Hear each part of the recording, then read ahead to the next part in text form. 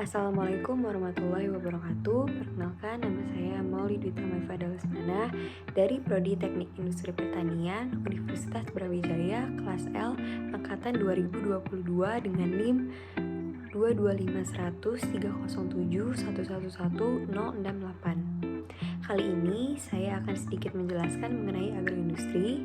Apakah pengertian dari agroindustri itu, cakupan agroindustri, dan lain sebagainya. Saya juga akan menjelaskan mengenai strategi pengembangan agroindustri rotan berkelanjutan di Kalimantan Tengah. Melanjut kepada hal yang lebih jauh, kita harus memahami terlebih dahulu apakah yang dimaksud dengan agroindustri itu. Agroindustri merupakan kegiatan yang memanfaatkan hasil pertanian sebagai bahan baku, merancang, serta menyediakan peralatan serta jasa untuk kegiatan tersebut. Agroindustri pertama kali diungkapkan oleh Austin pada tahun 1981, yaitu perusahaan yang memproses bahan nabati atau bahan yang berasal dari tanaman dan bahan hewani atau bahan yang berasal dari hewan. Proses yang mencakup pengubahan dan pengawetan melalui perlakuan fisik atau kimiawi, penyimpanan, pengemasan, dan distribusi. Produk agroindustri ini dapat merupakan produk akhir yang siap dikonsumsi ataupun sebagai produk bahan baku industri lainnya. Agroindustri merupakan bagian dari kompleks industri pertanian sejak produksi bahan pertanian primer, industri pengolahan atau transformasi, sampai penggunaannya oleh konsumen. Agroindustri merupakan kegiatan yang saling berhubungan dengan produksi, pengolahan, pengangkutan, penyimpanan, pendanaan, pemasaran, serta distribusi produk pertanian.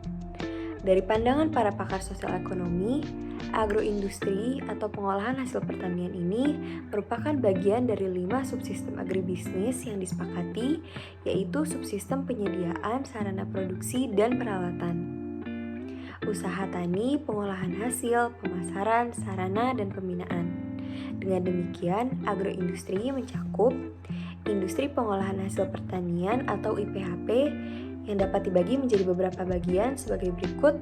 IPHP tanaman pangan yang termasuk di dalamnya adalah bahan pangan kaya karbohidrat, palawija, dan tanaman hortikultura. Yang kedua, IPHP tanaman perkebunan yang meliputi tebu, kopi, teh, karet, dan lain sebagainya.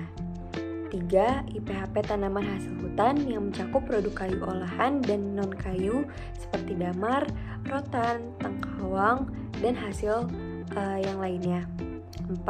IPHP perikanan yang meliputi pengolahan dan penyimpanan ikan dan hasil laut segar, pengalengan, dan pengolahan serta hasil samping ikan dan laut. 5. IPHP peternakan yang mencakup pengolahan daging segar, susu, kulit, dan hasil samping lainnya.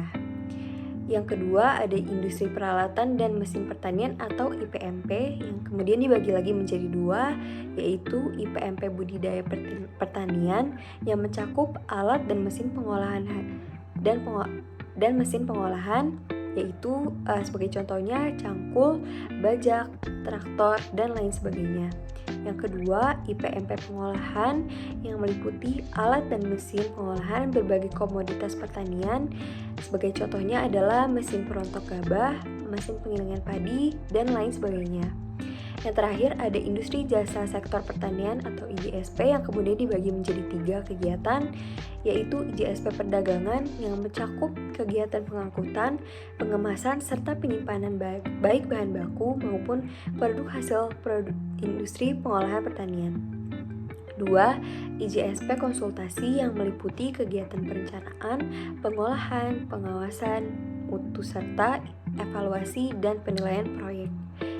3. IJSP komunikasi yang menyangkut teknologi perangkat lunak yang kemudian melibatkan penggunaan komputer serta alat komunikasi modern lainnya. Pengelolaan agroindustri ini dapat dikatakan unik karena bahan bakunya yang berasal dari pertanian, baik dari tanaman, hewan, ataupun ikan. Terdapat 3 karakteristik pada bahan baku agroindustri, yaitu musiman atau seasonability, mudah rusak atau perishability, dan beragam atau variability. Musiman ini berarti di mana terdapat beberapa bahan baku yang hanya berada pada musim tertentu. Sebagai contoh, adanya musim durian. Proses panen durian ini dimulai dengan masa kekeringan atau stres air. Apabila tumbuhan durian sudah mengalami stres air, maka tumbuhan akan terpicu untuk berbunga.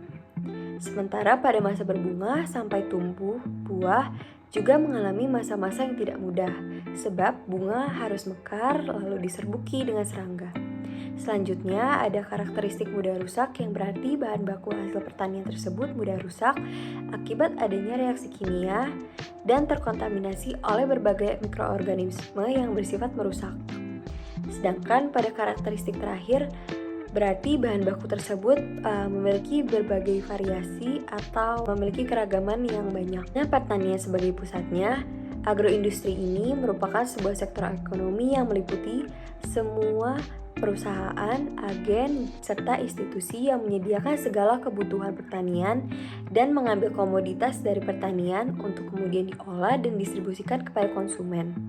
Nilai strategis agroindustri atau kelebihan dari agroindustri ini terletak pada posisinya sebagai jembatan yang menghubungkan antara sektor pertanian pada kegiatan hulu dan sektor industri pada kegiatan hilir. Selain itu, agroindustri juga menggunakan SDA yang dapat diperbaharui secara terus-menerus, dan agroindustri mampu membuka lapangan pekerjaan besar sehingga dapat menampung tenaga kerja dengan jumlah yang banyak. Pengembangan agroindustri secara cepat dan baik dapat meningkatkan jumlah tenaga kerja, pendapatan petani, volume ekspor dan devisa, pangsa pasar domestik dan internasional, nilai tukar produk hasil pertanian, dan penyediaan bahan baku industri. Setelah membahas mengenai agroindustri, saya kemudian akan melanjutkan untuk membahas mengenai strategi pengembangan agroindustri rotan berkelanjutan di Kalimantan Tengah. Agroindustri di Kalimantan Tengah ini merupakan salah satu daerah yang memiliki potensi terhadap bahan baku rotan yang jumlahnya mencapai 1.400.000 hasil produksi bahan baku pertanian. Tentunya terdapat sebuah latar belakang yang menjadikan agroindustri rotan di Kalimantan Tengah kemudian menjadi agroindustri berkelanjutan. Pertama, keunggulan kompetitif rotan Kalimantan Tengah adalah pemasukan bahan baku rotan kedua setelah Sulawesi. Selain itu, kerajinan anyaman rotan khas Kalimantan Tengah juga menjadi sumber perekonomian masyarakat yang sangat diminati oleh mancanegara. Lalu, strategi apakah yang bisa digunakan untuk ini? Strategi dan kebijakan inovasi yang dapat dilakukan adalah mengembangkan kerangka umum yang kondusif bagi inovasi dan bisnis rotan, kemudian memperkuat kelembagaan dan daya dukung IPTEK atau Litbang, kemudian mengembangkan kemampuan absorpsi oleh industri pengolahan rotan, menumbuh kembangkan kolaborasi bagi inovasi dan meningkatkan difusi inovasi dari hasil Litbang, mendorong budaya inovasi, menumbuh, kembangkan, dan memperkuat keterpaduan pemajuan sistem inovasi dan klaster industri nasional dan daerah, serta penyelarasan dengan perkembangan global. Sekianlah yang dapat saya sampaikan mengenai strategi pengembangan agroindustri rotan berkelanjutan di Kalimantan. Mohon maaf apabila ada kesalahan informasi yang telah saya sampaikan selama video. Kurang lebihnya mohon maaf. Wassalamualaikum warahmatullahi wabarakatuh.